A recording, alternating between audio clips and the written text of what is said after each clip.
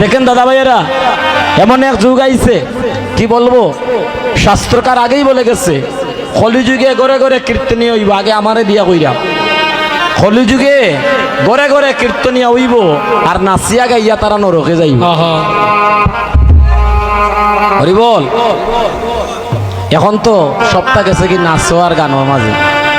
এখন আমি একটু শাস্ত্র তত্ত্ব লইয়া খান দিয়া কীর্তন গাই না কেনে এক দুইজন তাকবার বাকিরা কইবারে বাবা ভালো লাগে না যাইকি বাড়ির, সেটা কই বিষয়টা এরকম না।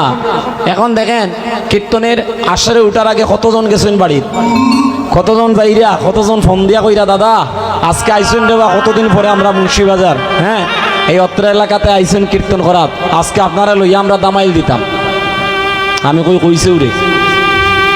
আর একজন হয় দাদা ও গানটা গাইও, অমুক গানটা গাইও, তমুক গানটা গাইও। আমি কই রে বাবা 16-17 বছর থেকে কীর্তন গাই, আমার কীর্তন গাওয়াতে একবারে রসা তলে গেল। একজন ভক্ত যদি ফোন দিয়া কইতা যে দাদা আপনি অনেক দিন পরে আমাদের মুন্সিবাজারে কীর্তনে এসেছেন, আজকে একটু প্রেম দিয়ে কীর্তন করি, আজকে একটু কৃষ্ণ বলে খানতাম চাই, মনে করতাম 17 বছর কীর্তন করাটা আমার সার্থক হয়ে গেছে। এখনো যদি কইন আপনারা নাচানাচি করবেন, দামাইল দিবেন, এই করবেন সেই করবেন, তাহলে এই কীর্তন দেওয়ার তো কোনো মানেই নাই। আমি মনে করি দামাইল দেওয়ার চেয়ে নাচানাচি করার চেয়ে আলাদা স্টেজ বানাইন, বাউল গানের শিল্পী আনেন, বাউল গান লাগাইন, নাইলে ডেক্সের সারিয়া ডিজে গান গাইয়া নাচুন। কীর্তন গাওয়ানোর দরকার নাই। একটা কথা মনে রাখবা, সেমা ইমানদার থেকে খারাপ ইমানওয়ালা। আমি বালা লাগলে আপনারা আমারে আনবা, নাইলে না আনবা। মহাপ্রভু যতদিন বাঁচাইয়া রাখছই, আমি ভিক্ষা করিয়াও গাইমু, এমন গান গাইতাম নাই যে গান গাইলে আপনার আমার ক্ষতি হয়। আমারও ক্ষতি হইতে পারে, আমি কীর্তনিয়া, আমি তো এমনিই অপরাধী, আমি পয়সার বিনিময়ে কীর্তন গাই, আমি তো এমনিতেই অপরাধী। এখন যদি আপনারা আমারে কৃপা করেন, সাধু মুখে শুনেছি বৈষ্ণবের কৃপা হলে ভগবানের কৃপা হয়, এমনিতেই আপনাদের কাছ থেকে মাইনা করিয়া কীর্তন গাই, না জানি আমার শেষের দিনে কোন গতি হইব। এখন যদি আপনারা ভালোবাসিয়া কৃপা করিয়া যদি ভগবানের কাছে কইন, তাহলে ভগবান আমারে পার করিয়া নিত, না ইলে আমার উদ্ধারের কোনো রাস্তা নাই। হরি হরিব। তাহলে ভক্তগণ, এত টাকা এত পয়সা খরচ করে আপনারা সেবা সঙ্গন তৈরি করলেন, আর আমার মতো কীর্তনিয়ারা আসরে দাঁড়াইয়া যদি এই অপসংস্কৃতির গানগুলো কীর্তনের মধ্যে তুলে রসাবাস করে দেয়, তাহলে কীর্তনটা আর কীর্তন থাকে না, কীর্তনটা হয়ে যায় কর্তন। দেখেন দিনের বেলা কইছিলাম, এই যে গত কয়েকদিন আগে কালী পূজা গেল সোমবারে, তাই না? কালী পূজার দিনটা কত পবিত্র দিন। এই দিনে করলো আমার সনাতন ধর্মের ভাইয়েরা বোমাবাজি। দুঃখ লাগে, পার্শ্ববর্তী ধর্মের মানুষেরা হাসাহাসি করে। ভক্তগণ, সিলেটের টাউনের কিছু কিছু জায়গাতে সাউন্ড বক্স ছাড়িয়া যে একটা অবস্থান আমি দেখলাম, আমার লজ্জা লেগেছে। পৃথিবীর আর কোন ধর্মে নাই তার উপাসনালয়কে এইভাবে নাচিয়া গাইয়া নষ্ট করতেছে, কাটিয়া টুকরা টুকরা করে লইব। ওই ধর্মের জায়গাকে পবিত্র রাখ, ধর্মীয় মন্দিরকে পবিত্র রাখ, আর যাই করিস এইটার আশেপাশে আসিস না। কিন্তু আমরা কিতা করি, আমরা মন্দিরে গিয়া বাউল গান গাই, হ্যাঁ শোনাবন দেখি আগুন জ্বালাই, আর আগুন জ্বালানির জায়গা নাই, মন্দিরে গিয়া কয় এই বেটা আগুন যদি জ্বালাইতে হয় মন্দির ছাড়িয়া জ্বালা, মায়ের সামনে কেন তোর আগুন জ্বললো? হ্যাঁ, আর জায়গা নাই।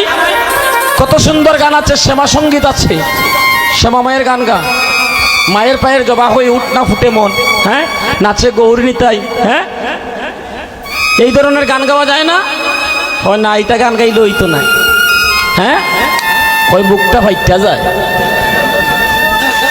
এখন এটা কথা কইরাম তো, এখন আপনার আর বালা লাগবো, কিন্তু যখন এই ধরনের গান গায়, দরিয়া যদি বাড়ি দিতে পারতাতে সবটি ঠিক হয়ে যেত।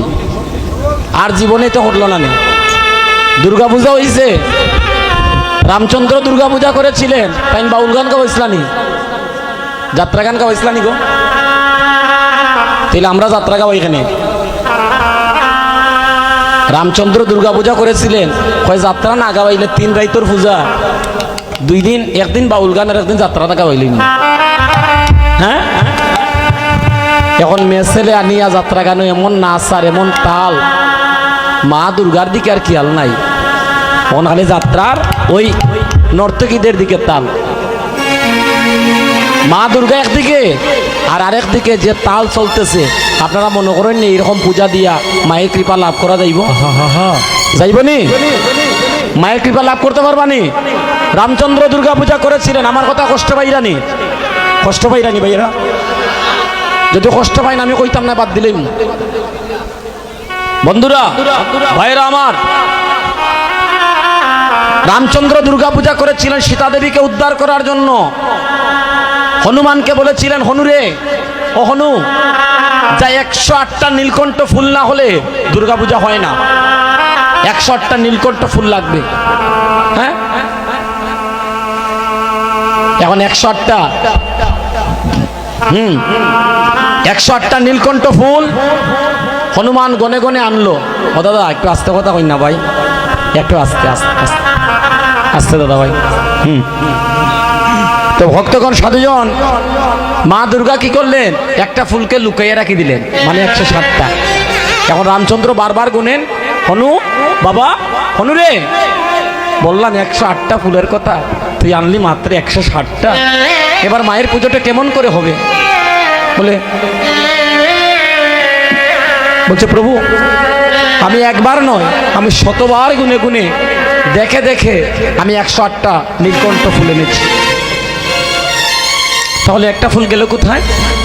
রামচন্দ্র বুঝতে পেরে, হ্যাঁ ভগবান তো সবই বুঝে, ঈশ্বর তো সবই বুঝে। রামচন্দ্রের নয়ন হলো নীলবর্ণা। কয় আমার যখন 108টা ফুল, একটা ফুল যখন আমি আর পেলাম না, আমার একটা নয়ন আমি খুলে দেব। বল সবাই হাত তুলে বলুন জয় শ্রীরাম, জয় শ্রীরাম। হাত তুলে বলুন জয় শ্রীরাম, জয় শ্রীরাম। প্রাণ ভরে বলুন জয় শ্রীরাম। জয় শ্রীরাম। রামচন্দ্র একটা নয়ন খুলতে লাগলেন, সঙ্গে সঙ্গে দশভুজা মা প্রকটিত হয়ে বললেন, প্রভু কৃপা করুন, প্রভু এই নিন আপনার ফুল। হ্যাঁ, তাহলে এই ছিল ভক্তি। মা দুর্গা মহাবৈষ্ণবী, দুর্গা দেবীর কৃপা না হলে কৃষ্ণ কৃপা লাভ করা যায় না। কালী পূজা বলেন, দুর্গা পূজা বলেন, আমরা মন্ত্র কই নানি, অঞ্জলি লই নানি, এসো সচন্দন পুষ্প বেলবত্ত অঞ্জলি শ্রী দুর্গায় নমো নমো। আয়তে শোনাশুনি শিখছি। আমি অঞ্জলি লওয়ার যাই না, আমি অঞ্জলি লওয়ার যাই না, কারণ গীতাতে বলেছে কি জানে, কর্ম করো ফলের আশা করিও না। এখন দেখা যায় অঞ্জলির মন্ত্রের মধ্যে আছে, যশ দেখি আমার যশ দিও। মাগো তোমার চরণে অঞ্জলি দিলাম, হ্যাঁ তুমি আমারে যশ দিও। ফলং দেখি আমারে ফল দিও, দন দেখি আমারে দন দিও, জন দেখি হ্যাঁ খালি মাইয়া হয় আমারে পুত্রং দেখি পুত্র দিও। এখন কর্মকর্তায় কইছে কোনো সময় চাইও না, এখন দেখা যায় মন্ত্রের মধ্যে আমরা চাইতেছি।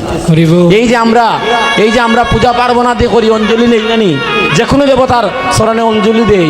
অঞ্জলি দেওয়ার পরে একদিন ঠাকুরদারে জিগাইছেন নি কিতা কইলাই বা অঞ্জলির মন্ত্রর মানে কিতা জিগাইছেন নি? জিগাইছেন না?